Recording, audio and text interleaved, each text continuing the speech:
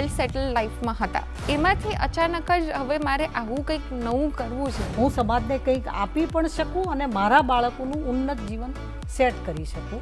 અને વાંચતું હોય એ જ વંચાવી શકે, એટલે હું વાંચનની શોખીન નથી. મને એમ લાગ્યું કે આ કામ તો હું સરસ કરી શકું. ટેકનોલોજીથી જે સોલ્યુશન શક્ય છે એ અમારા વખતે નહોતું. હું ટેકનોલોજીને પણ આશીર્વાદ ગણું છું, બૂન છે, અને ઝેનઝી પણ બૂન છે. વર્કિંગ વુમન્સ જેમની પાસે સતત બાળક સાથે રહેવાનો સમય નથી, એ લોકોએ જ્યારે પણ આપે ત્યારે ક્વોલિટી ટાઈમ આપે. અમુક વખત મા બાપને એમ કહું છું કે દીકરો બોર્ડમાં છે, યુદ્ધમાં નથી. હા, આ માર્ક્સ એ જીવન નથી, જીવન એ જીવન છે. જીવન એ હિન્દીનો સફર શબ્દ છે ને, એ છે. ઇંગ્લિશનું સફર નથી. મને 60મા વર્ષે કોઈએ પૂછેલું કે શું શોખ છે, મેં કીધું પૈસા કમાવાનો. કદાચ કોઈ આવું બોલતાય ડરે છે. મેં કીધું હા, કારણ કે એનાથી બહુ બધા સારા કામ થાય છે. થઈ શકે. સુપ્રભાત દર્શક મિત્રો, ગુડ મોર્નિંગ ગુજરાતમાં હું તીર્થા આપનું હાર્દિક સ્વાગત કરું છું. મિત્રો, તમને પેલી સ્ટોરી યાદ છે જે આપણને બાળપણમાં ભણવામાં આવતી હતી કે એક વખત એક કઠિયારો હતો, એ જંગલમાં રોજ લાકડા કાપવા જતો હતો. એક દિવસ એ તળાવની પાસે ક્યાંક એક ઝાડ પાસે એના લાકડા કાપતો હતો અને લાકડા કાપતા કાપતા એની જે કુલાડી હતી એ તળાવમાં પડી ગઈ. હવે જેવી ત્યાં આગળ તળાવમાં પડી ગઈ જે કુલાડી, તો તરત જ ત્યાંથી એક દેવી પ્રગટ થયા.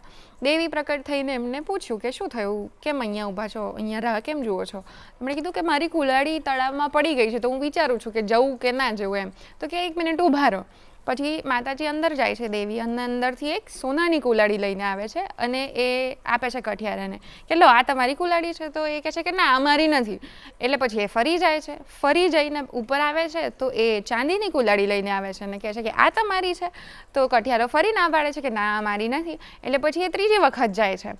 હવે જ્યારે એ ગયા છે ત્યારે અંદરથી એ લોખંડની જે કુલાડી હતી, જે ઓરિજિનલી હતી કઠિયારાની, એને કહે છે કે આ તમારી છે. તો કઠિયારો કહે છે કે હા, આ જ મારી છે. હવે આ સાચો જવાબ સાંભળીને દેવી એટલા પ્રસન્ન થાય છે કે તારી સચ્ચાઈને હું સલામ કરું છું અને તે મારી સાથે સાચું બોલ્યું, એના લીધે હવે આ જે સોનાની અને ચાંદીની કુલાડી છે એ પણ હું તને ભેટ આપું છું, તો તું રાખ. આ થયું. આટલી નાની વાર્તા. અને આટલી નાની વાર્તામાં પણ આપણે દરેક જ્યારે ભણતા હતા એ સમયે આવતું હતું કે મોરલ ઓફ ધ સ્ટોરી શું છે. તો મોરલ ઓફ ધ સ્ટોરી એ જ હોતી હતી કે સાચું બોલવું જોઈએ. જો તમે સાચું બોલશો તો હંમેશા તમારી જોડે બધું સારું થશે. તો આ મોરલ વેલ્યુઝ, મોરલ નૈતિકતા, આ આજના જમાનામાં કેટલી વેલિડ છે? તમને શું લાગે છે? એ જમાનામાં જ્યારે આ બધી સ્ટોરીઝ લખાતી હતી ને, ભણાવવામાં આવતી હતી, કઠિયારા હોતા હતા અને રિયલી એ લોકોની જ લાઈફસ્ટાઈલ, બધાની લાઈફસ્ટાઈલ હોતી હતી, તો એ ટાઈમે તો બધા જ લોકો પ્રામાણિક હતા. પણ અત્યારે એટલી પ્રામાણિક છે દુનિયા, તમને એવું લાગે છે? અત્યારે જો આપણે કોઈક સ્ટુડન્ટની વાત કરીએ તો કેટલું ઇઝીલી અસાઇનમેન્ટમાં જે ક્વેશ્ચન્સ હોય છે એ લોકો ચેટ જીપીટીમાંથી ઇઝીલી કોપી કરી દેતા હોય છે. કેટલી બધી એવી વસ્તુઓ છે જ્યાં તમને એવું થાય ચાલે આટલું તો, આ તો બધા આવું કરે છે. અને આપણે બધા ટફ સ્કિન થઈ ગયા છે. આપણી પ્રામાણિકતા, આપણી સચ્ચાઈ, આપણી ઓનેસ્ટી, જે રીતના આપણે નમન કરવું જોઈએ, એલ્ડર્સનું ધ્યાન રાખવું જોઈએ, દરેક વેલ્યુઝ, જે મોરલ વેલ્યુઝ હોય છે એ બધી થોડી થોડી ધીરે ઓછી થઈ રહી છે. હવે કેમ થઈ રહ્યું છે એનું રીઝન તો આપણે જાણી શકીએ છીએ કદાચ ક્યારેક મનોમંથન કરીને, વિચાર કરીને. પણ અમુક લોકો એવા છે જે હજુ સુધી એ મોરલ વેલ્યુઝ તમારા લાઈફમાં કેટલી ઇમ્પોર્ટન્ટ છે ને એ તમને અહેસાસ કરાવે છે, તમને એ ગાઈડ કરે છે કે તમે એ માર્ગ પર આવશો તો શું થશે. અને ખરેખર એ જ લોકો સક્સેસફુલ થતા હોય છે જે લોકો કમ્પેરેટિવલી પ્રામાણિકતાના માર્ગ પર ચાલતા હોય છે. તો આજે આપણે જેમને મળવાના છીએ એ પણ એવા જ એક ગાઈડિંગ ફોર્સ છે. એમણે વર્ષોના વર્ષોથી આ સારા વેલ્યુઝ અને સારી રીતના શિક્ષણ આપવું, કઈ રીતે આપવું, એ બધું એમણે ડિઝાઇન કર્યું છે અને એમને રિયાલિટીમાં કન્વર્ટ કર્યું છે. એમણે શરૂ કરી હતી ત્યારે એમની સ્કૂલમાં માત્ર 2 સ્ટુડન્ટ્સ હતા અને અત્યારે એ સ્ટુડન્ટ્સની વેલ્યુ અસંખ્ય થઈ ગઈ છે. અને દરેક એવા જ સ્ટુડન્ટ્સ હશે જેમનામાં આ વેલ્યુઝ હશે. તો બસ આજે એમની સાથે આપણે મળવા જઈ રહ્યા છે, જે એક ગાઈડિંગ ફોર્સ છે, એક ટીચર છે અને એની સાથે સાથે આપણને ઘણું બધું શીખવી શકે એવા છે. એમની પાસે વાર્તાઓ છે, કહાનીઓ છે અને બીજી ઘણી બધી વસ્તુઓ છે. તો બિલકુલ હવે આપણે રાહ ના જોઈએ અને સ્વાગત કરીએ રેખાબેન દેસાઈનું અને એમની સાથેની આપણી વાતચીત શરૂ કરીએ. નમસ્તે મેમ. નમસ્તે. તમે આજે અમારા શો પર આવ્યા છો તો અમને તો ખૂબ આનંદ થાય છે.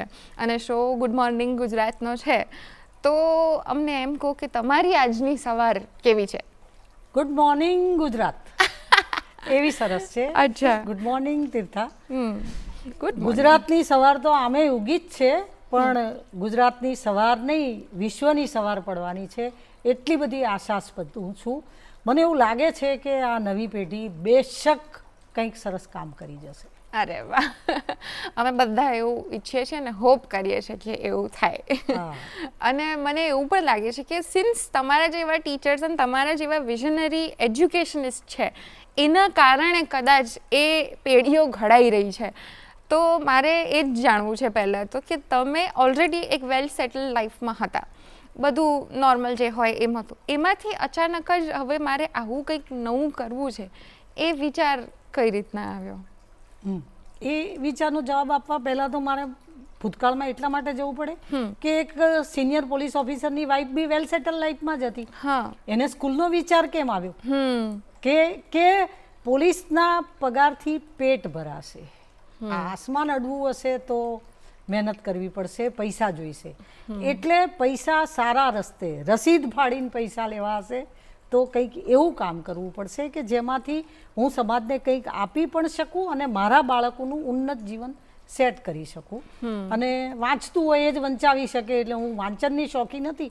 મને એમ લાગ્યું કે આ કામ તો હું સરસ કરી શકીશ.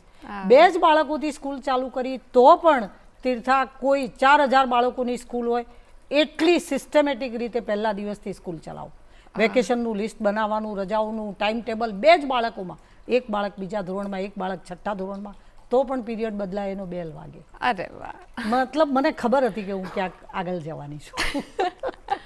તો પણ એવી કોઈ ઘટના હતી લાઈફમાં કે જેનાથી થયું કે શિક્ષણ જ કેમ, એવું કંઈક રીઝન હતું કે બસ એમ જ? શિક્ષણ જ કેમ, તો મારા બાળકને એટલે મારી દીકરીને માઉન્ટ આબુ ઉપર સોફિયા સ્કૂલમાં ભણવા મૂકી. ત્યારે મને એમ હતું કે ઇંગ્લિશ મીડિયમની હોસ્ટેલવાળી સ્કૂલ સરસ, આબુની સોફિયા બેસ્ટ કહેવાતી હતી. ત્યારે મને એમ થયું કે આપણા ત્યાં આવું એ નહીં, ગુજરાત બધામાં આગ્રહ છે ને આમાં આપણે કોકના ઉપર રાહ જોવી પડે એમ કે પંચગીનીની હોસ્ટેલો સારી છે ને આબુની હોસ્ટેલ સારી છે. પછી મેં અહીંયા બોપલમાં હોસ્ટેલ ચાલુ કરી હતી સૌથી પહેલાં કે ના આ કામ આપણે કરી શકીએ, કેમ ના કરી શકીએ. અને એ રીતે બાળકોને હોસ્ટેલમાં રાખ્યા. હોસ્ટેલ અઢળક જવાબદારીનો સબ્જેક્ટ હતો, રાત્રે રહીને પણ મેં બાળકો સાથે કામ કરેલું છે. અને કદાચ હોસ્ટેલ બંધ બી કરી એની પાછળ એક ઘટના હતી કે એક દિવસ એક નાના દીકરાને તાવ આવ્યો હતો ને એના માટે હું એપલ મૂકીને ગઈ હતી અને એના આયા બેન હતા, એમણે એપલ એ દીકરાને ના ખવડાવ્યું. એ દિવસે આત્મા દ્રવી ઉઠ્યો કે ના, જો આ કામ મારાથી ધ્યાનથી ના થતું હોય તો હું ખાલી ડે સ્કૂલ ચલાવું. પછી મેં ડે સ્કૂલ ચાલુ કરી, ફૂલ ડે. સ્કૂલો જેમ બદલાઈ ગઈ, જેમ જમાનો બદલાતો ગયો એમ મેં નવા જમાના સાથે કદમ મિલાવતી ગઈ કે Gujarati medium, Gujarat board, English medium, CBSE, Cambridge, IB જેવી રીતની સ્કૂલોની જે માંગણીઓ સમાજની થઈ એ પ્રમાણે મને મારી સ્કૂલમાં નવીનતા લાવતા આવડ્યું. અને એટલે કદાચ સ્કૂલો ખૂબ સરસ રીતે સમાજમાં એક સારો લેન્ડમાર્ક કામ કરી શકી.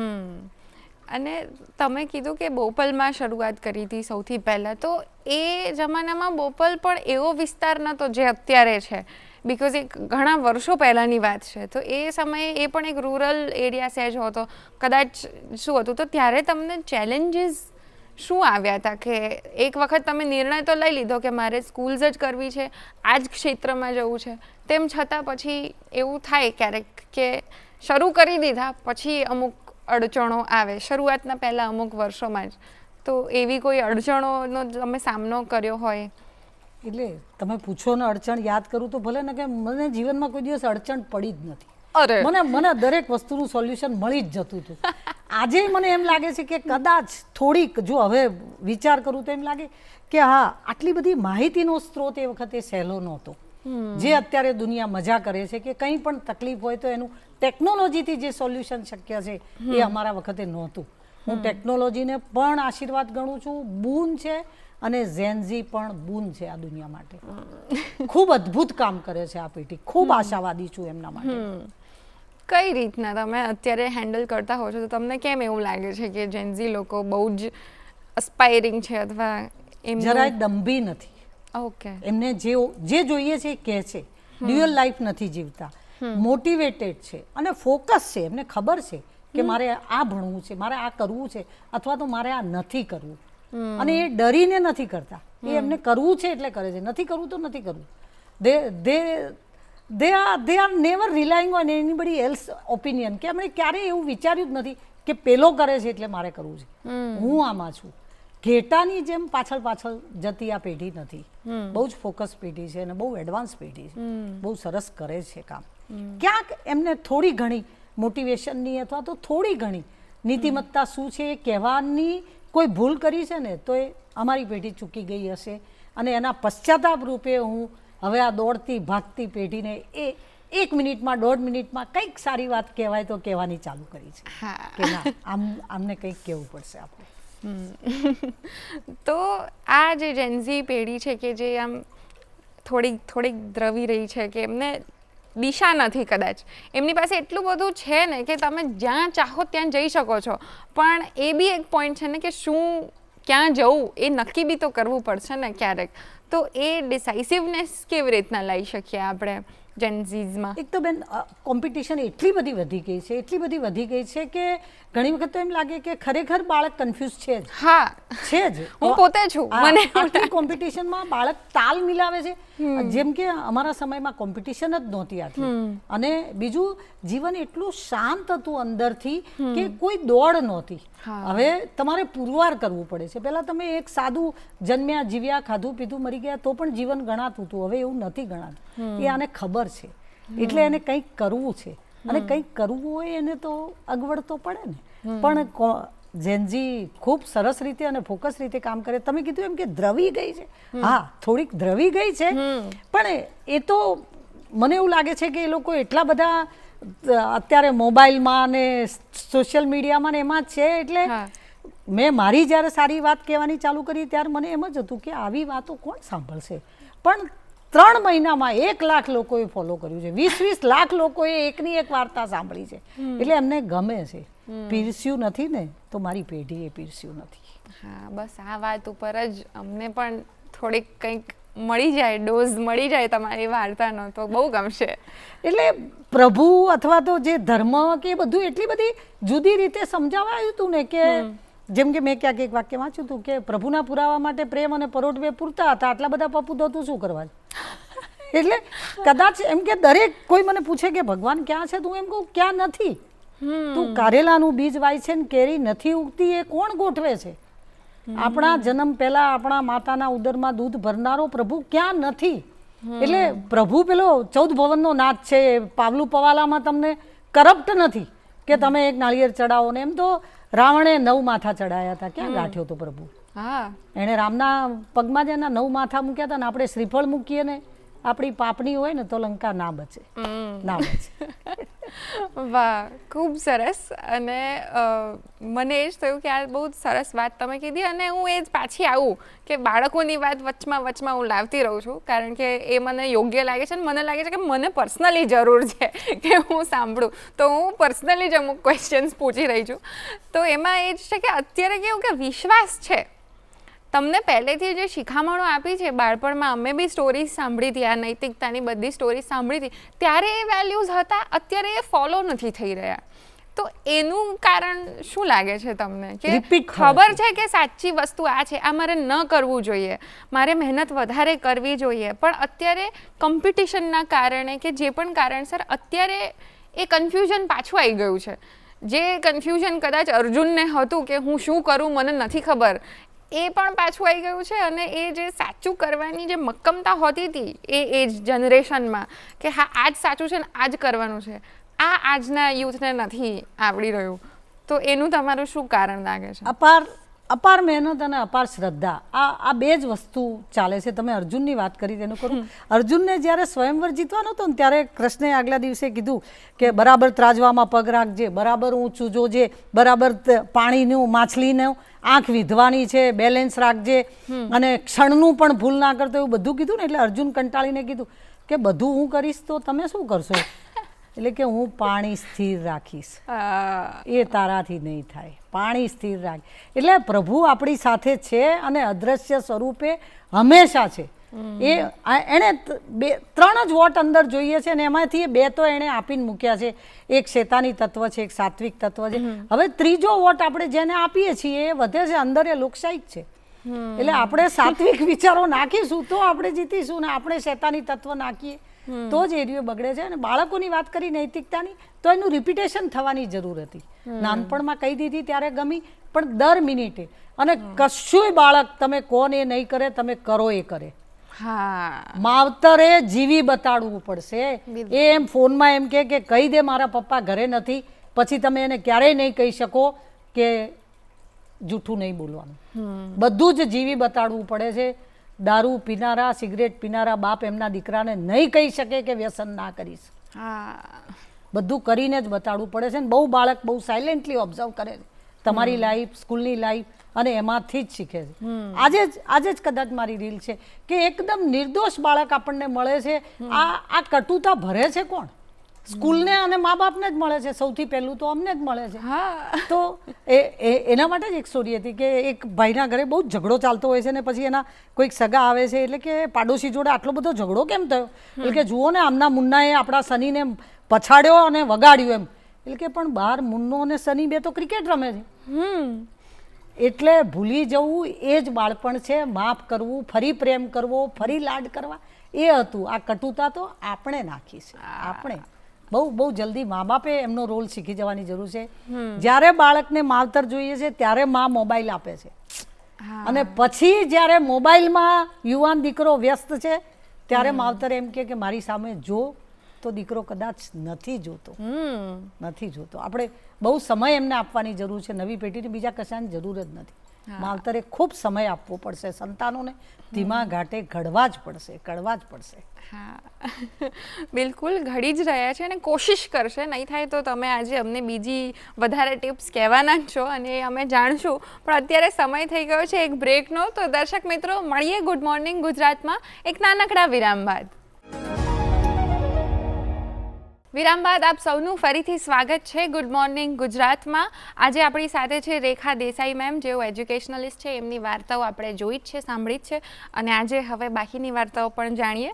તો ચાલો પાછા જોડાઈ જઈએ એમની સાથેની વાતચીતમાં. મેમ, તમે છેલ્લે હમણાં જ વાત કરી કે બાળક સૌથી પહેલાં તો માતા પિતા પાસે અને એજ્યુકેશનમાં ઇન્સ્ટિટ્યુશનમાં આવે છે, તો એમને કટુતા મળી ક્યાંથી અને કેમ આવા એમના સ્વભાવ થયા છે? તો તમે કહ્યું કે એ બધી જવાબદારી ઘર પરિવારની છે કે તમે ઘરમાં જેટલું સાત્વિક વાતાવરણ રાખશો, જેટલો સમય આપશો, જેટલી કેર આપશો, એટલા બાળકો સારા થશે. પણ બીજું આસ્પેક્ટ જે તમે કીધું કે એજ્યુકેશનલ ઇન્સ્ટિટ્યુશન, શાળા, તો શાળાઓમાં અત્યારે એ વાળું શિક્ષણ કેમ નથી મળી રહ્યું? શાળાઓથી ઘણા બધા પેરેન્ટ્સ આજે નાખુશ છે, તો એનું કારણ શું છે? બહુ જ સત્ય વાત છે. દરેક પેરેન્ટ લગભગ શાળા સામે નાખુશ છે. જેણે એની પોતાની પસંદગીથી શાળા પસંદ કરી છે એનાથી નાખુશ છે છતાંય. અને પ્રાઇવેટ સ્કૂલોમાં તો અઢળક પૈસા આપીને નાખુશ છે. આમૂલ પરિવર્તન શિક્ષણમાં જરૂરી છે બેન. મુસાફરીના સાધનો બદલાયા, વસ્ત્રો બદલાયા, ખોરાક બદલાયા. શિક્ષણની પ્રથા એની એ નહીં ચાલે. એનઈપી જે આવી ગઈ છે એ બહુ જલ્દી અને બહુ સરસ રીતે અમલમાં મૂકવાની જરૂર છે કે હવે કેલ્ક્યુલેટરમાં, કોમ્પ્યુટરમાં, ચેટ જીટીપીમાં બધું જ આટલી બધી સરળ રીતે છે. તો પછી આપણે પેપરમાં સાલ કેમ પૂછ્યા કરીએ છીએ?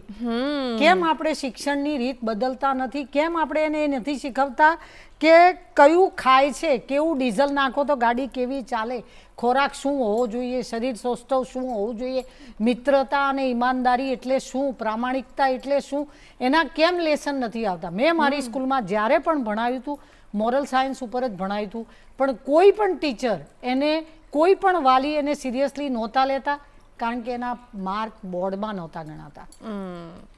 બોર્ડમાં તમે ફોર્મ્યુલા બોલો તો જ તમે સાચા. A² + B² = A² + 2AB = B². એટલે આ શિક્ષણની પ્રથા બહુ જલ્દી બદલવાની જરૂર છે. અને બહુ જલ્દી શાળાઓને એ સ્વતંત્રતા આપે. સરકાર દ્વારા હું તો માંગણી કરું છું કે ભાઈ શાળાઓ પોતાનો અભ્યાસક્રમ એ રીતે બનાવી શકે કે જેનાથી કેરેક્ટર બિલ્ડિંગ થાય. એકમાત્ર શબ્દમાં કહેવું હોય તો કેરેક્ટર એ જ જીવાડશે. એ સિવાયની બીજી બધી જ વસ્તુ હવે તો બધા જ આ નાનકડા રમકડામાં બધું ઉપલબ્ધ જ છે. કશું ગોખાઈને કામ નથી કદાચ. અને બીજું મને એવું લાગે છે કે આજકાલના બાળકોમાં કે ડેટા જે તમે કીધું કે તારીખો ને સાલ કેમ પૂછો છો, તો એ પ્રકારનો જે ડેટાવાળી ઇન્ફોર્મેશન હતી કે જે આપણે યાદ રાખવાની હોતી હતી એ યાદ રાખવાની કદાચ જરૂરત જ નથી અત્યારે, કારણ કે કોઈ પણ માણસ એને 1 સેકન્ડમાં ગૂગલ કરી શકે છે. અત્યારે હું કઈ રીતના કંઈક જુદું શીખું, કંઈક નવું બનાવું, એ આપવાની જરૂર છે. તો એ ક્રિએટિવ એસ્પેક્ટ બાળકનો આપણે કઈ રીતના ખીલવી શકીએ? તમારો શું અભિપ્રાય છે એના પર? એક તો બેન કુટુંબ પ્રથા બદલાઈ છે. સંયુક્ત કુટુંબના બદલે વિભક્ત કુટુંબો થયા. 7 ભાઈ બહેન હતા એના હવે 2 ભાઈ બહેન, 1 ભાઈ બહેન, સિંગલ ચાઇલ્ડ. એનાથી એ નવો શબ્દ હમણાં તો સાંભળ્યો, ડિંક, ડબલ ઇન્કમ, નો કિડ્સ. એટલે એ પ્રમાણે બાળકો એકલા હિજરાય છે ઘરમાં. હ્યુમન ટચ ઘટતો જાય છે. બાળકની સહનશક્તિ બીજા બાળક જોડે શેર કરે તો જ વધે. એ તો હવે રહ્યું જ નથી. બાળકની સલામતીના પ્રશ્નો એટલા વધી ગયા છે કે એમને નીચે રમવા મોકલતા ડર લાગે છે. પહેલા ગામમાં દીકરા શોધવા નીકળતા હતા, હવે સોસાયટીમાં નથી મોકલતા. એટલે જે પણ છે એ ટચ મા બાપનો છે. એટલે એમને બહુ બધી એમની જવાબદારીઓ વધી ગઈ છે. અને મોટા ભાગે વર્કિંગ વુમન્સ જેમની પાસે સતત બાળક સાથે રહેવાનો સમય નથી, એ લોકોએ જ્યારે પણ આપે ત્યારે ક્વોલિટી ટાઈમ આપે. 1 કલાક આપે, એની જોડે બેસે સોફામાં, તું તારો મોબાઈલ, હું મારો મોબાઈલ, એવું નહીં. એ નહીં. તે આજે એક દીકરો નાનકડો સ્કૂલમાંથી કોઈ કોમ્પિટિશનમાંથી જીતીને ઘરે જાય ને એટલે ડિસિપ્લિન્ડ પેરેન્ટોએ શું કે પેલો દોડતો આવે, પપ્પા પપ્પા પપ્પા, મમ્મી મમ્મી મમ્મી, આજે અમારી સ્કૂલમાં શું થયું, એમ જ્યારે ઉતાવળ કરતો હોય ને ત્યારે મમ્મી પપ્પા શું કે, પહેલાં તારા બૂટ ખાનામાં મૂકી દે, તારી સ્કૂલ બેગ સરખી મૂકી દે, હાથ પગ મોઢું ધોઈ આય. હું ડિસિપ્લિનની વિરોધી નથી. હાથ પગ મોઢું ધોઈ આય, કપડાં બદલી લે, તારા મોજા ધોવામાં નાખી દે. હા, પછી પેલો દોડતો આવે, પહેલાં દૂધ પી લે, પણ મમ્મી સાંભળ લે, ના પહેલાં આ મૂકી દે. પછી પેલો છેલ્લે શું કહે છે, ના મને નથી કહેવું. એનો ઉત્સાહ છે કે આજે એ જીતી ગયો છે. આજે એ નાનકડી કોમ્પિટિશનમાં જીતીને ઘરે આવ્યો છે. એને મેલોય છાતીએ વળગાડવા વાળા માવતરને કદાચ ડિસિપ્લિન બહુ જરૂરી લાગી હશે કે એ ઇમોશનથી એ આગળ વધી ગઈ. નહીં તો હું તો ડિસિપ્લિન ફેમિલીમાંથી આવું છું. મેં તો પોલીસમાં એ 100% જોયેલી છે. અને પાછી સ્કૂલમાં પણ ડિસિપ્લિન હોય. એટલે મારી તો રગમાં ડિસિપ્લિન છે. પણ તોય ડિસિપ્લિન એ ઇમોશનથી આગળ નથી. અને એ ઇમોશનલ ગ્રાફ્સમાં એ ઇમોશન દુભાયું ને માણસ, એ ઇમોશનલ એસ્પેક્ટ આટલા નાના બાળકનું હોય ત્યારે જ હર્ટ થઈ ગયો. તો કદાચ એવા ઘણા બધા નાના ઇન્સ્ટન્સીસના કારણે તમને લાગે છે કે અત્યારે જે થોડાક જે ટીનેજર્સ છે કે યુથ છે કે જે જેનઝીની વાત કરીએ તો એ લોકોનામાં પણ આ ઇન્ડિસાઇસિવ છે અથવા તો ડિપ્રેશન, એન્ઝાયટી બધા એમાં જઈ રહ્યા છે. એ પહેલાં નહોતું. આ બધી નવી જમાનાની ટર્મ્સ છે એવું ઘરડા લોકો કહીને છૂટા થઈ જાય છે. પણ એ રીઝન એ હોઈ શકે કે બાળપણમાં હોઈ શકે. આ નવા શબ્દો છે, સાચી વાત છે, પણ આ નવી વાત નથી. ચિંતા તણાવ તો પહેલાંય હતા, પણ પહેલાં કોઈક સાંભળનારું હતું. હવે કદાચ એનું દિલ ખાલી નથી થતું. અને પછી એનું દિલ ખાલી નથી થતું એ પછી ગમે ત્યાં ખાલી કરી દે છે. એ વખતે મા બાપને એટેક આવે છે. પણ પહેલાં જ જ્યારે એ બધું જ કે એ વખતે સાંભળવાની તૈયારી નહોતી આપણી, એ કારણ વધારે હોઈ શકે, જે મારું માનવું છે. કે 4 ભાઈ બહેન ના હોય તો પછી તમે એના ભાઈ બહેન જેવા 10 વર્ષનો 12 વર્ષનો દીકરો થાય એના મિત્ર તો બન. તમે નાનપણમાં એને બધી રીત શીખો તો ભલે, એની વાત સાંભળવાની એ તમે. એટલે મા બાપના રોલ બહુ વધી ગયા છે. વર્કિંગ વુમન, મેં સ્કૂલ ચલાવી ત્યારે શરૂઆતમાં હું મા બાપને એમ કહેતી હતી કે દીકરો બોર્ડમાં છે, થોડુંક ધ્યાન રાખજો. બોર્ડમાં છે, બહુ પ્રસંગો અવસરો પાર્ટી ના કરતા શરૂઆતના તબક્કામાં. હવે હું અમુક વખત મા બાપને એમ કહું છું કે દીકરો બોર્ડમાં છે, યુદ્ધમાં નથી. આ માર્ક્સ એ જીવન નથી. જીવન એ જીવન છે. જીવન એ હિન્દીનો સફર શબ્દ છે ને, એ છે. ઇંગ્લિશનું સફર નથી. એને સફર નથી બનાવો. એ તમારું મોડેલ નથી કે તમે એને બજારમાં મૂકો કે આટલા ટકા લાવ્યો. કોઈ ક્યારેય ટકા નથી પૂછતું. બાળકની માણસાઈ, બાળકની ઈમાનદારી, બાળકની રીત એને શાળાઓએ પણ સમજવી પડશે. શાળાઓ પણ ક્યાંક કાચી પડી છે. શાળાઓ પણ કોમ્પિટિશનમાં આવી ગઈ છે કે ભાઈ વધારે ફી લે એ જ સ્કૂલ સારી, અથવા તો વધારે સગવડો આપે એ જ સારી. એવું નહીં, વધારે સંસ્કાર આપે, વધારે સંસ્કાર આપવાની જરૂર છે. અને શાળાઓની જ વાત કરીએ તો હજુ એક છે કે અત્યારે બીકોઝ શાળાઓથી નાખુશ થઈ રહ્યા છે, જોઈતું ચરિત્રનું જે ઘડતર થવું જોઈએ એ નથી થતું. પ્લસ આ પુષ્કળ જે ફીસ છે એ અમુક રીઝન્સ મને લાગે છે, એ સિવાય જે બી હોય, પણ ઘણા બધા પેરેન્ટ્સ હવે હોમ સ્કૂલિંગ પ્રેફર કરતા હોય છે.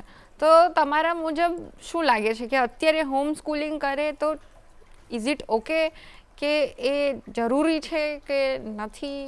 એના પર તમારા વિચારો. હોમ સ્કૂલિંગની હું જરાય વિરોધી નથી જો તમે ઘરમાં એને સમૂહ જીવન શીખવાડી શકતા હો તો. પણ હોમ અલોન એ હોમ સ્કૂલિંગ ના હોવું જોઈએ. હા, તમે આમ પણ એ એકલું છે.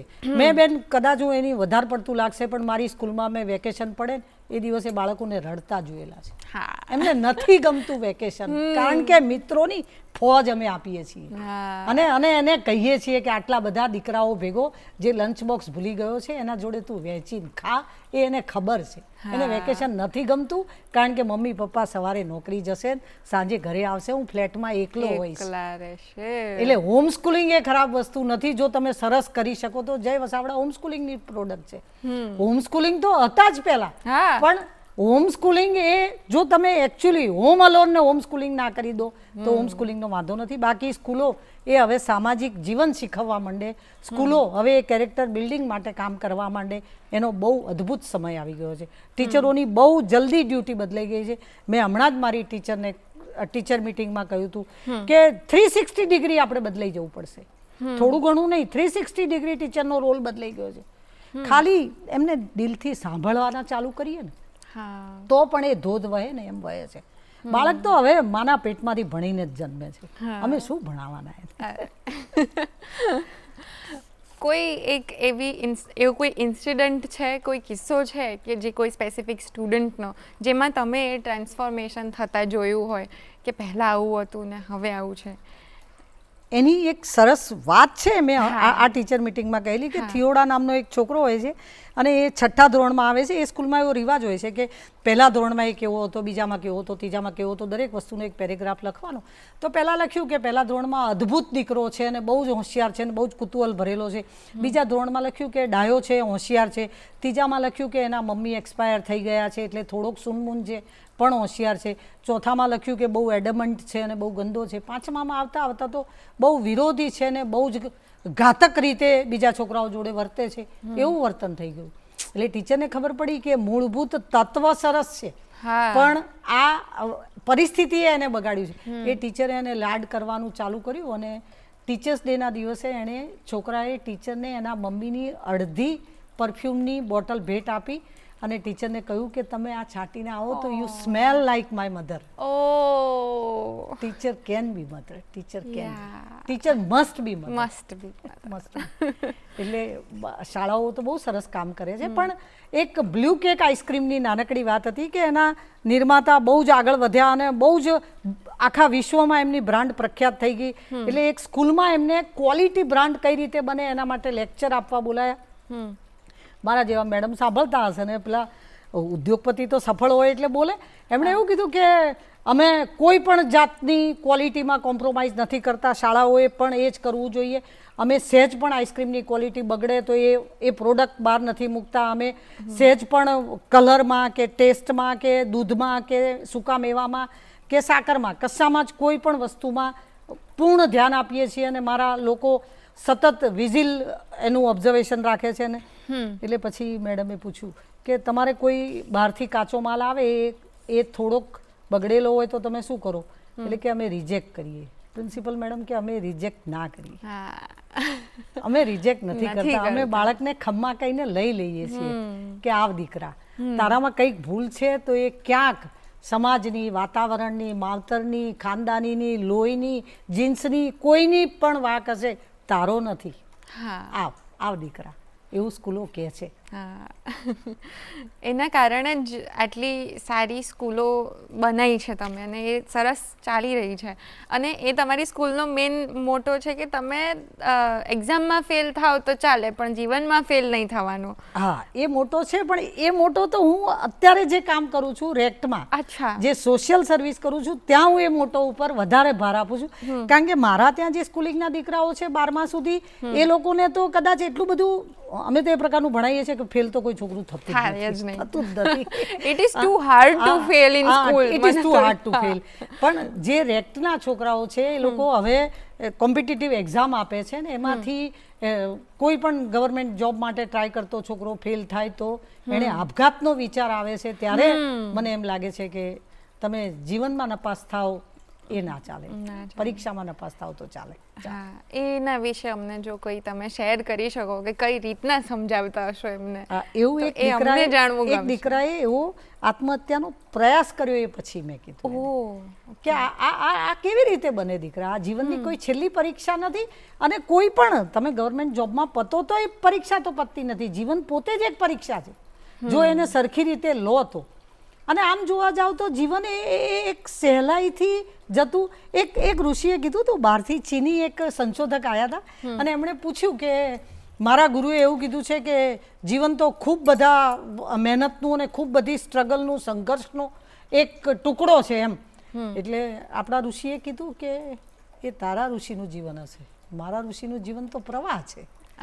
એટલે આપણું તો મારો સનાતન ધર્મ પણ એ જ કહે છે કે જીવન એક પ્રવાહની જેમ લો. તમે અહીંયા કંઈક સારું થાય તો કરી જાઓ, બાકી તમે અહીંયા કોઈ એક પર્ટિક્યુલર મોટિવ માટે નથી આવ્યા. એક જ મોટિવ જીવનનો હોવો જોઈએ કે કોઈકને કંઈક મદદ કરી જાઓ તો બરાબર છે. મારી વાત કરું તો આ રેકનું તમે કીધું એમ કે હું મારું કમ્પ્લીટ મતલબ મને 60મા વર્ષે કોઈએ પૂછેલું કે શું શોખ છે, મેં કીધું પૈસા કમાવાનો. કદાચ કોઈ આવું બોલતાય ડરે છે. મેં કીધું હા, કારણ કે એનાથી બહુ બધા સારા કામ થાય છે, થઈ શકે છે. તમારે કંઈક સારું કરવું હશે ને તો પ્રચુર માત્રામાં પૈસા જોઈશે. દરેક વખતે જેમ કે મોબાઈલ દરેક વખતે ખરાબ વસ્તુ નથી, ટેકનોલોજી ખરાબ વસ્તુ નથી. કદાચ મને દુનિયા સુધી પહોંચાડી જ છે ટેકનોલોજી. એટલે તમે એનો કેવો ઉપયોગ કરો છો એના ઉપર છે. અને પછી મને એમ લાગ્યું કે ના, હું કોઈકના માટે કંઈક કરી શકું ને તો મારું જીવન ધન્ય થઈ જશે. અને પ્રભુએ મને એના લાયક બનાવી કે હું બહુ સરસ, અત્યારે તો 450 દીકરાઓ અને 100 દીકરીઓ છે, પણ બહુ અદ્ભુત રીતે એ છોકરાઓનું મેન્ટરિંગનું કામ કરું છું કે ઓફિસર થાય કે ના થાય પણ એ અદ્ભુત માણસ થશે ને એની તો હું અહીંયાથી ગેરંટી આપું. બહુ સરસ કામ થાય છે. એ તમારું નિસ્વાર્થ ને જે તમે મિશન આપ્યું છે કે એના અંડર, તો એની પ્રોસેસ વિશે અમને થોડું જણાવો કે એમાં શું થાય છે, એક્ઝેક્ટલી શું થાય છે, એટલે દર્શક મિત્રોને એનો લાભ લેવો હોય તો લઈ શકે. ઇકબાલનો એક શેર છે, ફિતુર હર ઉમ્ર કે જુદા જુદા, ખિલોને માશુકા રુતબા ખુદા ખુદા. એટલે હવે કદાચ જીવનના આ પડાવે એવું લાગ્યું કે ના, ઉપર તો સૌને જોવું છે, જઈને કહીશું શું. એટલે કંઈક તો એવું, જો કે મેં તો આ જીવન મને પ્રભુએ એના લાયક બનાવી છે. કોઈકે મને પૂછ્યું કે બેન મજામાં, મેં કીધું હા મજામાં. એટલે કે કેવી મજા? કીધું આપણા લીધે 50, 50, 200 ને મજા એવી મજા, જેવી તેવી મજા નહીં. એટલે એમ કે આપણી આજુબાજુ હોય એમને જો આપણા લીધે મજા ના હોય તો આપણી મજા નિરર્થક છે. પછી એવો વિચાર આવ્યો કે ના, મેન્ટર જ કરવું પડશે, બેસીને ઘડવા પડશે, કહી દીધાથી નથી થતું. એટલે એમ કે તમે દાન આપી દો, નહીં તો પ્રભુએ મને આપ્યું હતું, હું કદાચ ડોનેશન લખાઈ દેત ને ઘેર બેસીને ટીવીમાં કંઈક કથા જોયા કરતી. પણ ના, મારે પોતાને બહાર નીકળવું પડશે દીકરાઓને ઘડતર કરવા માટે. એ પછી એ કામ કર્યું છે. અને મિત્તલ VSSM એનું કામ મને બહુ ગમ્યું. એ પછી મેં ઝંપલાવ્યું છે આમાં. એક દીકરાને બધાને ખબર તો પડી જ જાય ને કે બેનને મજા છે મારી પાસે. અને હવે તો પૈસા જ આ ટેકનોલોજીના લીધે એટલી સરળતાથી, બેન થોડુંક જીપે કરી દો ને, એટલે દીકરાઓ મારી પાસેથી બહુ બધા પૈસા લેવા માંડે. એટલે મને એમ કે સાલું આ લોકો કંઈક દુરુપયોગ કરશે તો આ પૈસાનો. એટલે એક દીકરાએ મને કીધું કે મારી બહેનને દાખલ કરી છે, ડિલિવરી છે, અને ડૉક્ટર ઓપરેશન માટે 5000 રૂપિયા ના ભરું તો નથી લેતો. મેં કીધું સાલાઓ તમે જૂઠું બોલો છો, મારી પાસેથી ખોટા પૈસા પડાવો છો. તું સાચું બોલે, હું તને 5000 તો અબિયાલ આપું છું, તું ડૉક્ટરને આપ, પણ મને તારું એડ્રેસ આપ, હું તારા ઘરે જોવા મોકલું કે આ વાત સાચી છે. એટલે કે બેન સાચું જ છે, સાચું જ છે. મેં એને 5000 મોકલ્યા ને એનું એડ્રેસ માગ્યું. મને કહે છે બેન રવા પર 3 રસ્તાથી ડાબા વળો એટલે 4થા થાંભલે મારું ઘર છે. લાઇટલા થાંભલા એ તો સરનામા છે લોકોના, કે 4થા થાંભલા નીચે છાપરું છે ને એ મારું છે.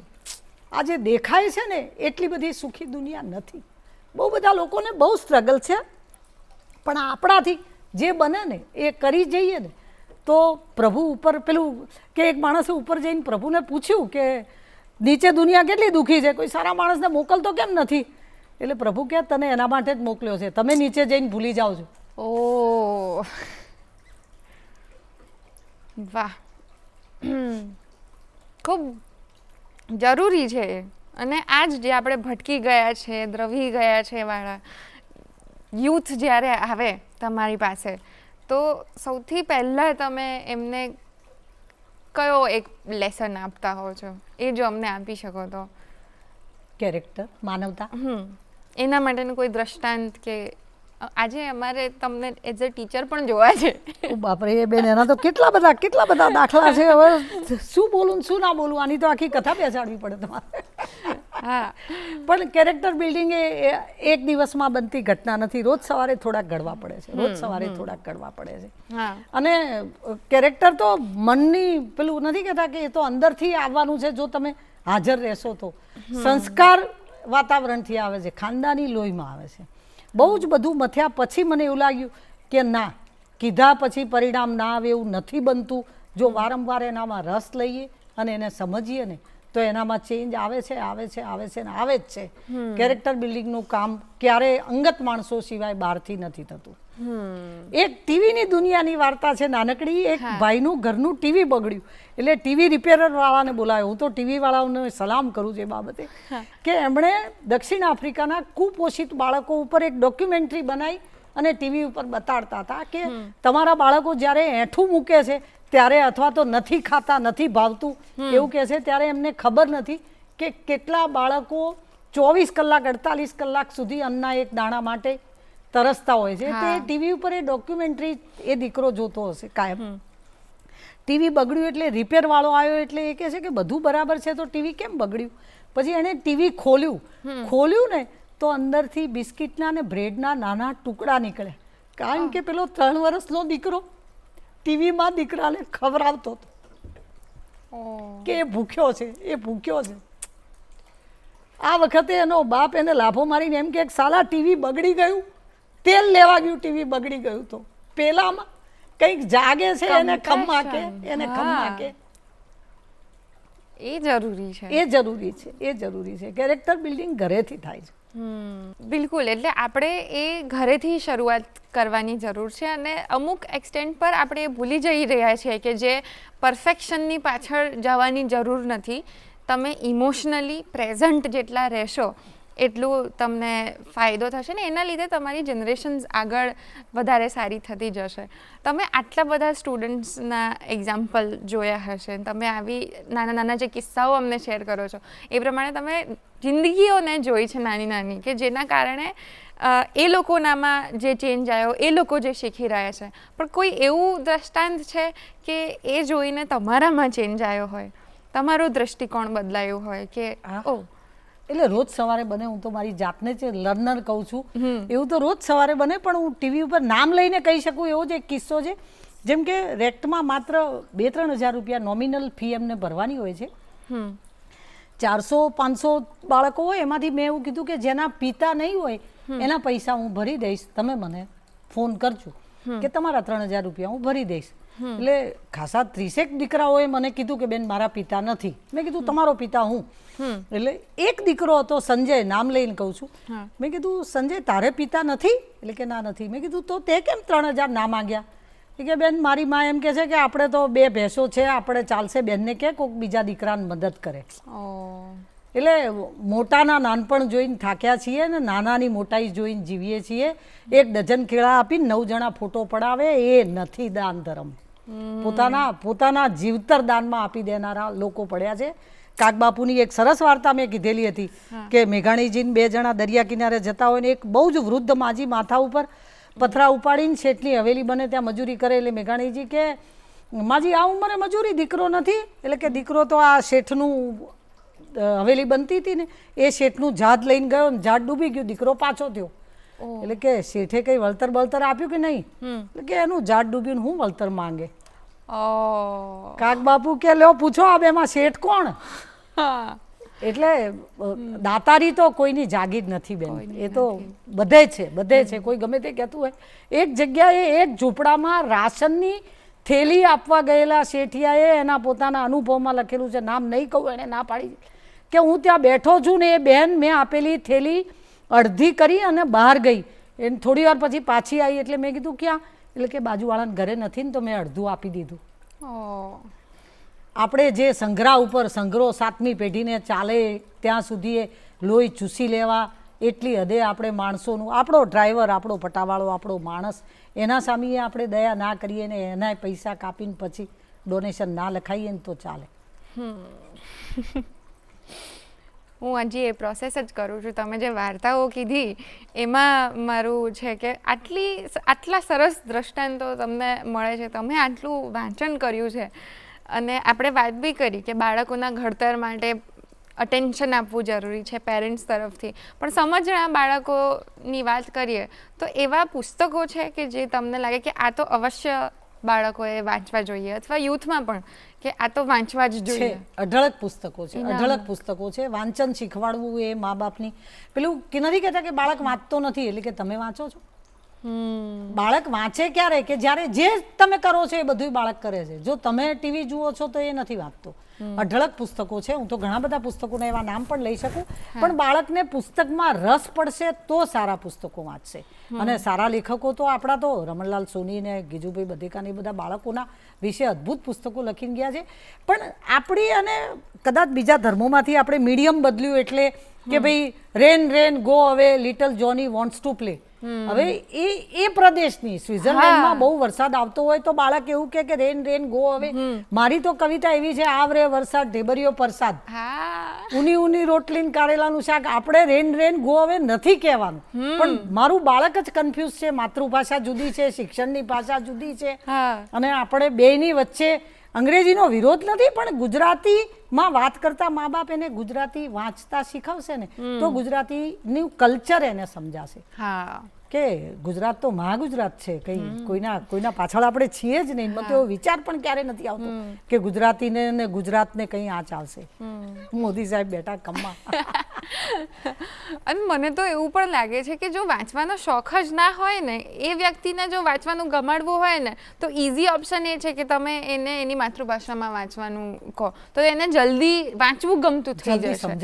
અને એ કેળવવો હોય, રસ કેળવવો હોય તો એ માતૃભાષામાં વાંચવાનું ચાલુ કરે, એનાથી એ વધારે થશે. હવે ટુવર્ડ્સ ધી એન્ડ આપણે જઈ રહ્યા છીએ તો છેલ્લી અમુક મારે શિખામણો તમારા દ્વારા આપવી છે પેરેન્ટ્સને, કારણ કે એ તમે કહ્યું કે જરૂરી છે, પણ એવી કઈ વસ્તુઓ એ લોકો ઘરે કરી શકે કે આટલું તો તમે કરો જ કરો જેના કારણે એ જે કેરેક્ટર ડેવલપમેન્ટ તમે કહો છો કે બાળપણથી કુમળો છોડ વાળીએ તેમ વળે કહે છે, તો એ કઈ રીતના વાળીએ એ પેરેન્ટ્સને કદાચ નથી ખબર, તો એમને અમુક તમે મેસેજ આપી શકો તો? આમ તો અઘરો પ્રશ્ન છે, તમારા પ્રશ્નો જ સરસ છે બધા, પણ માવતરને પહેલાં તો મેં કીધું એમ સમય આપવો પડશે, પણ પછી એ સમયમાં શું? ચલો સમય આપવાનું શરૂ કર્યું, પણ એની પહેલાં માને ખબર હોવી જોઈએ કે હું રમતા રમતા એવી વાર્તા કહી દઉં, હું એવું કામ કરું, હું એને એવી જગ્યાએ લઈ જાઉં કે ચાલ આપણે આજે બિસ્કિટ વેચવા જવાના છીએ, ચાલ આપણે અનાથ આશ્રમમાં જવાના છીએ, ચાલ આપણે આજે વૃદ્ધાશ્રમમાં, કેમ બર્થડેના દાડે કેક કાપવાનો ને મીણબત્તીઓ ઓલવવાનો, આવો કેમ શીખવાડે? આ ઓલવવું, કાપવું, આ તો નેગેટિવ શબ્દો હતા. આપણે તો પ્રજળાવવા વાળી સંસ્કૃતિ છીએ. આપણે કેમ એને એવું નથી કહેતા કે ચાલ આજે તારી બર્થડે છે, આપણે બધાને સુખડી વેચીએ? કેમ આપણે મહિનો જૂની મેદાની ખાંડની સડેલી કેક લાવીને કાપીએ છીએ? એટલે કદાચ હું કેકની વિરોધી છું એવું નથી, પણ તમે બાળકને એવું કંઈક કરાવો કે જેનાથી બાળકને એ કરવાનું મન થાય. અને કદી એ નાનપણમાં શીખવાડેલું કદી ભૂલાતું નથી. કોઈ ગમે તે કહેતું હોય, તમે જો વાઈ દીધું હશે ને આજે નહીં કાલે નહીં એનો છોડ ઉગે છે ને ઉગે જ છે, ખાલી વાઈ દેવામાં આપણે કાચા પડીએ છીએ. આપણે ખૂબ જલ્દી એ બીજ નાખી દેવાના છે એના અંદર. અને જેમ કે મારા દીકરાને તો હું સ્કૂલે મૂકવા જતી ને ત્યારે આગલા દિવસે રાત્રે નક્કી કરતી હતી કે કાલે હું એને વાન નહોતી બંધાઈ કે હું એને ઇકોમાં નહીં બેસાડું, હું પોતે મૂકવા જઈશ, એટલે જતાં જતાં મારે એને એક વાર્તા કહેવાય. અને રોજ સવારની મારી વાર્તા નક્કી હતી કે કાલે મારે વિવેકને આ વાર્તા કહેવાની છે, કાલે મારે આ વાર્તા કહેવાની છે. અને જ્યારે મને સમર્થે એવું કીધું ને કે તું આટલી બધી વાર્તાઓ અમને કહે છે ને તો અમને એક પણ વાર્તા હવે તો તારી ખબર નથી એવું નથી, પણ તું ઇન્સ્ટાગ્રામ ઉપર કોઈને કહે, એટલે મેં કીધું બધાની મમ્મી કહેતી જ હોય, એટલે કે નથી કહેતી. એટલે મેં કીધું તું સાચું બોલ ને, તું થાકી ગયો છે મારી વાર્તાઓથી.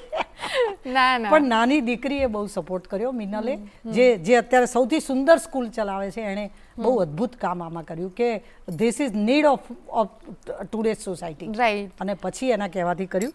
કદાચ એવું ના હોત ને તો મોટી દીકરી ડેપ્યુટી કલેક્ટરમાંથી રાજીનામું મૂકીને સ્કૂલ ચલાવવાના આવી હોત.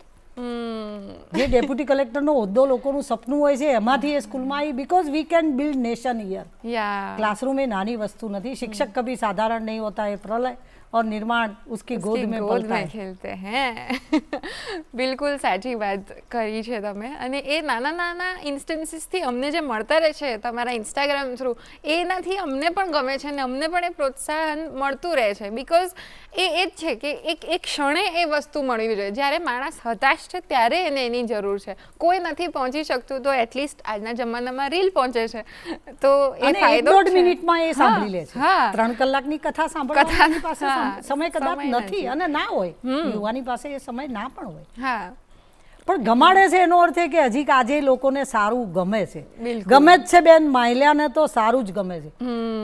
તમે જુઓ કોઈ પણ વ્યસનીની, કોઈ પણ ગમે તેટલો હદનો વ્યસની હોય ને તો એનો જમાઈ શોધવા જાય ને ત્યારે એમ કે સંસ્કારી જોઈએ છે. એટલે એને કિંમત તો છે જ. કિંમત છે, કિંમત તો છે જ. એટલે એ ગમવાનું જ છે અને મળવાનું જ છે. હવે તમારી વાત કરીએ ટુવર્ડ્સ ધી એન્ડ, તો તમારી જે આ તમે વિચારધારાઓ રોપી છે, તો તમારી લેગેસીને તમે કઈ રીતના યાદ રહે એવું કરો છો? એવા કયા આસ્પેક્ટ છે કે જેનાથી તમારી લેગેસી આનાથી ડિનોટ થાય એવું તમે ઈચ્છો? કઈ રીતના લોકોને તમારી છાપ રહે? એટલે એ તો અઘરું છે. મારી તો પેલું રેતીમાંથી આંગળી પાણીમાંથી કાઢીએ ને હસ્તી ભૂલાઈ જાય એવા આપણે નાના માણસ છીએ. પણ હા, મને એવું કહેવાય કે મેં દેશ સેવા કરી, 4 સારા સંતાનો આપીને આ વિશ્વને હું સારી ધરોહર આપીને જઉં છું કે એના લોહીમાં પણ એવું કોઈ ભૂલ નહીં કરે મારા સંતાનો, અને એ લોકો દુનિયામાં જ્યાં હશે ત્યાં અનેકના ટેકા બની શકશે. તમારા લીધે 500, 1000, 2000 માણસ સચવાઈ જાય ને તો તમે આંગણા ચોખ્ખા કરો તો દુનિયા ચોખ્ખી થઈ જ જાય છે. એટલે સૌ પોતપોતાનું થોડુંક સાચવી લેશે. ને લીગસી જેવી તો એવડી તો હું છું એ નહીં. હું તો તમારા સ્ટુડન્ટ્સની વાત કરતી હતી કે આટલા બધા જે સ્ટુડન્ટ્સ છે તમારી સ્કૂલ્સ થ્રુ આવ્યા છે, અત્યારે તમે કેરેક્ટર બિલ્ડિંગ વાળી જે આખી જે નિસ્વાર્થ તરીકે જે મિશન સ્ટાર્ટ કર્યું છે, એના અંદરમાં જેટલા પણ છે એ બધા તમારી લેગેસી છે, હું એવું માનું છું. અને યસ, વેરી ગુડ. એ બાળકો એમના બાળકો નહીં, એમના બાળકો મૂકવા માંડ્યા છે. અરે રેખા મેડમ છે એટલે કે કયા મોટા ચાંદલા વાળા. હા, પણ એ લીગસી છે કે મારા બાળકો અત્યારે હાલ ભણતા 4000 નહીં, મારી ટોટલ યાદ કરું તો 20000 થી વધુ બાળકો મારા હાથ નીચેથી નીકળ્યા છે. એ લીગસી છે. અને જ્યાં હશે ત્યાં ખૂબ સારા બાળકો થઈને જીવશે અને ખરેખર કંઈક સારું કામ કરશે એવી મને આશા છે કે ક્યાંય મારી સ્કૂલનો છોકરો એવા ખોટા કામમાં નહીં દેખાય. કદી એવું નહીં જાય. એ તમારી અને એવું થશે ને એ દિવસે બેન હું ભણાવવાનું બંધ કરી દઈશ. અરે વાહ, બહુ જ સરસ તમે જુસ્સા સાથે કીધું છે. છેલ્લે જો તમારે કંઈક મેસેજ આપવો હોય અમારા દર્શક મિત્રોને તો એ શું હશે? ખૂબ ચાહો બાળકોને, ખૂબ ચાહો. બીજું કશું જ કરવાની જરૂર નથી. એમને ખાલી ચાહો અને માનવતા શીખવાડી દો. કેરેક્ટર બિલ્ડિંગ પછી ભણવાનું બધું જ ગમે તેટલું જરૂરી હોય તો પણ છેલ્લે એ માણસ કેવો છે ને એ જ દેખાય છે. માણસાઈ વગરનો કોઈ મલક છે નહીં અને માણસાઈ વગર ક્યારેય કોઈને ચાલવાનું નથી. એકમાત્ર મેસેજ છે હ્યુમેનિટી. અરે વાહ, બહુ જ સાચો અને બહુ જ સરસ રીતના તમે જે એકદમ એનર્જી સાથે આપ્યો છે, તો ચોક્કસથી અમારા દર્શક મિત્રો આને યાદ રાખશે. Thank you so much. તમે આટલી વાર્તાઓ અમારી સાથે કરી, આટલા સરસ વેલ્યુઝ વિશેની વાત કીધી, અને જે નાના નાના ડોઝેસ તમે આપતા રહેતા હો છો એ પ્લીઝ આપતા રહેજો. હજી અમે એનો વેટ ચોક્કસથી કરશું. So thank you so much. ખૂબ ખૂબ આભાર તમે અમારા શો પર આવ્યા અને અમારી સાથે વાત કરીએ. Thank you. તમને થેન્ક યુ. દૂરદર્શનને થેન્ક યુ. Thank you. તો દર્શક મિત્રો, તમને આજનો એપિસોડ કેવો લાગ્યો અને એના વિશે તમારી જો કોઈ રિવ્યૂઝ હોય, કોઈ સજેશન હોય, અથવા જો તમારા ધ્યાનમાં કોઈ એવા વ્યક્તિ હોય જે આવી સરસ મજાની વાર્તાઓ અમારી સાથે શેર કરી શકે અને તમે જોઈ શકો, તો એવા ગેસ્ટ રિક્વેસ્ટ હોય એ પણ અમને ચોક્કસથી મોકલજો અમારા ઈમેલ આઈડી પર goodmorninggujatshow@gmail.com. તમે ચોક્કસથી મોકલજો, અમે એને આવકારીશું. અને જો તમે આ ટીવી ચેનલ પર જોઈ રહ્યા હો ડીડી ગિરનારની ચેનલ પર તો તમને જણાવવાનું કે હવે ગુડ મોર્નિંગ ગુજરાત શો એ ક્યારનો છે, પણ અત્યારે તો ચોક્કસ છે. યાદ અપાવડાવું છું કે અમારી ડીડી ન્યૂઝ ગુજરાતીની જે યુટ્યુબ ચેનલ છે એના પર પણ અવેલેબલ છે, તો તમે એને જોજો અને શેર કરજો. હવે આપણે પહોંચી ગયા છે આપણા સંગીત સેગમેન્ટ પર, અને આજનું આપણું ગીત છે એ એકચ્યુઅલી સાંઈ ગીત છે અને એના શબ્દો ખૂબ સરસ છે. અમેરે સૂકું રૂનું પૂમડું. આપણે વાત કરી છે નૈતિકતાની, આપણી વેલ્યુઝની, આપણા મોરલ્સની, તો તમને આ સરસ મજાનું ગીત ચોક્કસથી ગમશે. અમદાવાદના જ આર્ટિસ્ટ તરફથી આ સુંદર મજાની પ્રસ્તુતિ તમે માણો. હું ફરી મળીશ ગુડ મોર્નિંગ ગુજરાતના આવતા એપિસોડમાં.